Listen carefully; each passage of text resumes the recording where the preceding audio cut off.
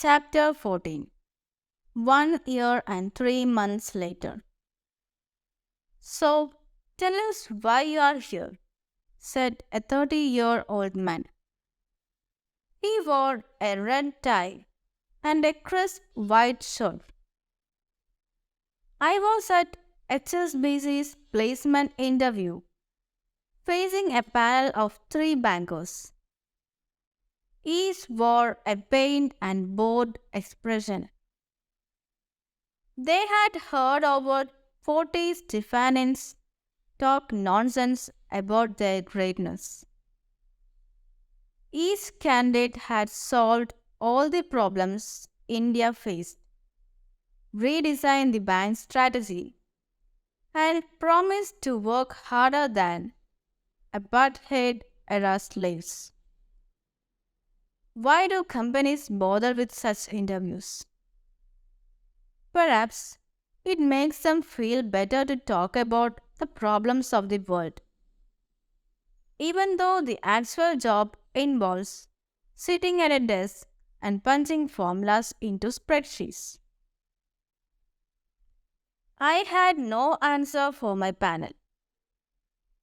I didn't know why I had applied to them or for any job at all. I hated Delhi. I flashed back to my college life. Yes, I had loved it when I had first joined college. The first year had gone by so quickly, it had felt like a vacation. The second year was painful, with Ria breaking up with me. However, she was at least around.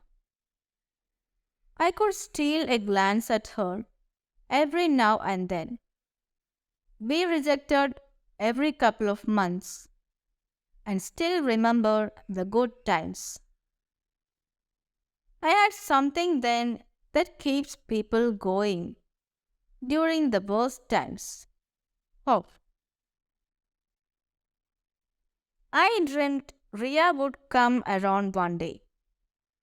She would realize I was her perfect partner in terms of height, basketball, mental connect, how ours felt like minutes when we were together, and how little we cared about the rest of the world.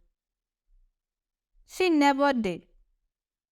She slapped a wedding card on me and left. My Bihari gang had made me swear on my mother I would never contact her again. I didn't. She quit college in a couple of weeks. She had a lavish wedding. Stephanians, who attended it, said afterwards, I'm sure Rohan spent the college's entire annual budget on the wedding reception. I overheard that Ria had gone to Bora Bora for her honeymoon. The name of the place sounded like it was in Bihar. However, I googled it and discovered it was a set of beautiful islands in the Pacific Ocean, some reachable only by private plane, which ruled out me going there and murdering the groom. However, the pain of the second year felt like a tickle compared to the third year. Third year sucked. I had zero ability to get over her. I couldn't believe a girl who had left me a year ago had such a grip on me. We had not even slept together. However, it mattered little.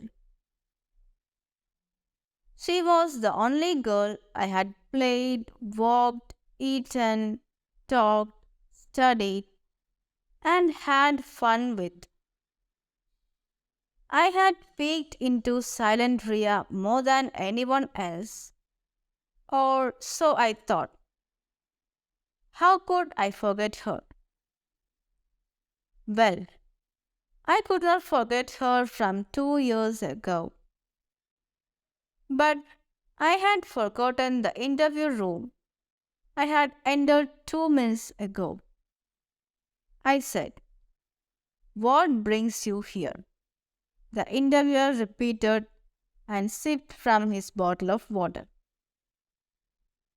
"Yes, sir. I am here because—" I fumbled to remember the company's name. "Because HSBC is a dynamic place to work in, and I want to be a part of it." Given my cut-paste answer, I thought he would splash his water on my face. However, he didn't. "Madam Jha, right?" said another member of the panel, reading my resume. "State level basketball. Impressive. Shortlisted for national team trials last year. Did you make it?" "No, sir." "Why not?" I hesitated for a second and then gave my answer. "I didn't go for the trials. Basketball reminded me of her. After she left, I never went to the court." "Why?" all three of them asked together. "I couldn't. I was under stress." "What kind of stress?" said the first interviewer. "Personal." The other interviewers cleared their throat. They nodded their heads at each other, communicating the need to skip that question.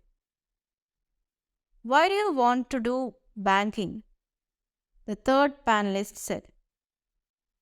"Because that is what you want me to do." "Excuse me," the panelist blinked. "Well, I need a job. Yours is one of those available, and you pay well. So, yes, I'll do whatever you want me to." "You don't have a preference?" "Not really." I don't know what made me talk like this. Perhaps it was the fact that I had given 8 interviews over the past 2 weeks, and I had lied in every one of them. I had finally had enough. I didn't want to be in Delhi anymore. I missed my mother. I wanted to call her right now. "Madam, do you want this job?" the first panelist said. "What's your name, sir?" I asked instead. "Shukla. I am Pramod Shukla, Regional Manager for North India." "Mr. Shukla, are you happy?" "Excuse me?" "You don't look happy. None of you look happy. Nobody wants this job. Everyone wants the money you offer. You see the difference?" The panelists looked at each other. If I had a camera, the picture of their priceless expressions could have won any photography competition. "I like you. The first honest candidate we have had. I will hire you," Pramod said. The other two looked shocked. However, they were too junior to counter the boss' whim. "But I don't want it," I said and stood up. "Why?" Pramod said. "Private banking in Delhi. Top clients. 6 lakhs a year." "No, sir. I'm done serving rich people," I said, and left the room.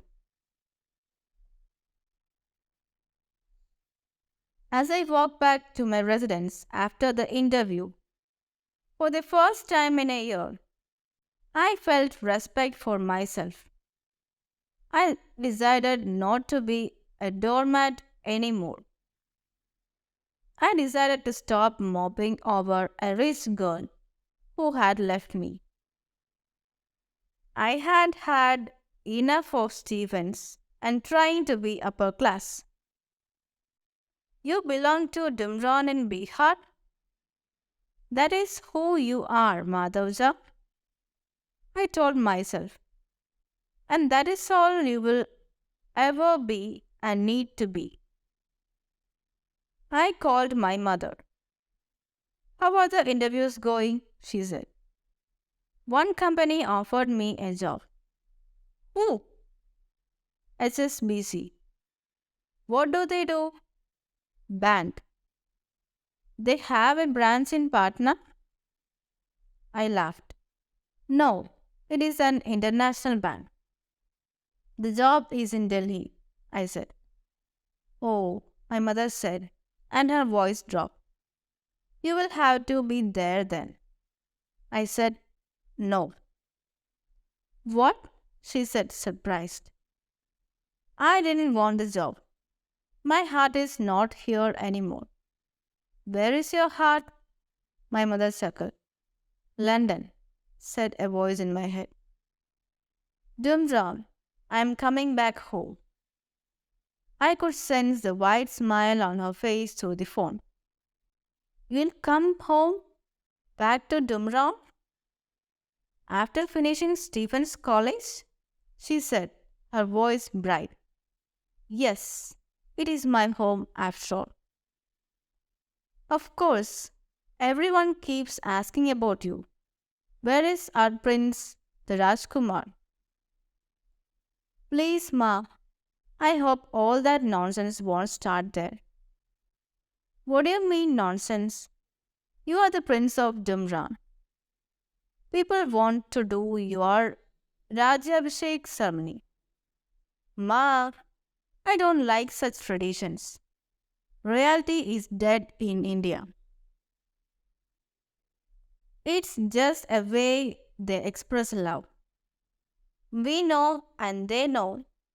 We don't have power, but we help keep the community together. You shouldn't shrug it off. Anyway, I arrive in 3 weeks. I need to find something to do there.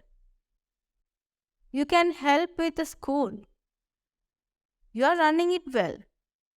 For how long?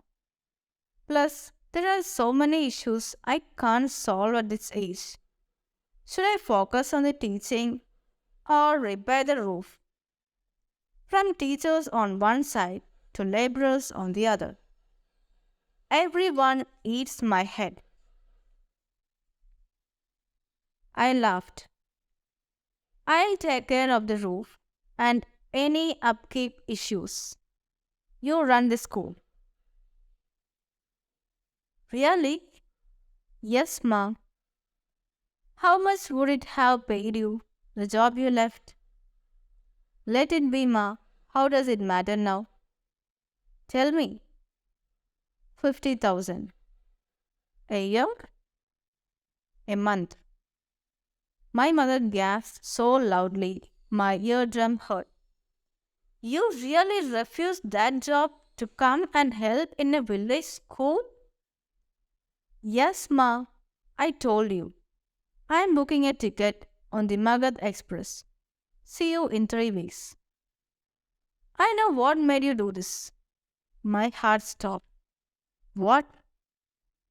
Your royal blood. You are different. You deserve to be a prince. Prince has to go. Doesn't have balance in his prepaid phone.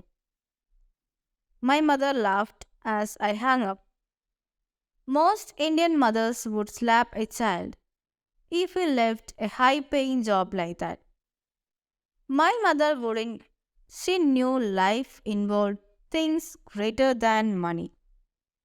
She had seen the lavish life.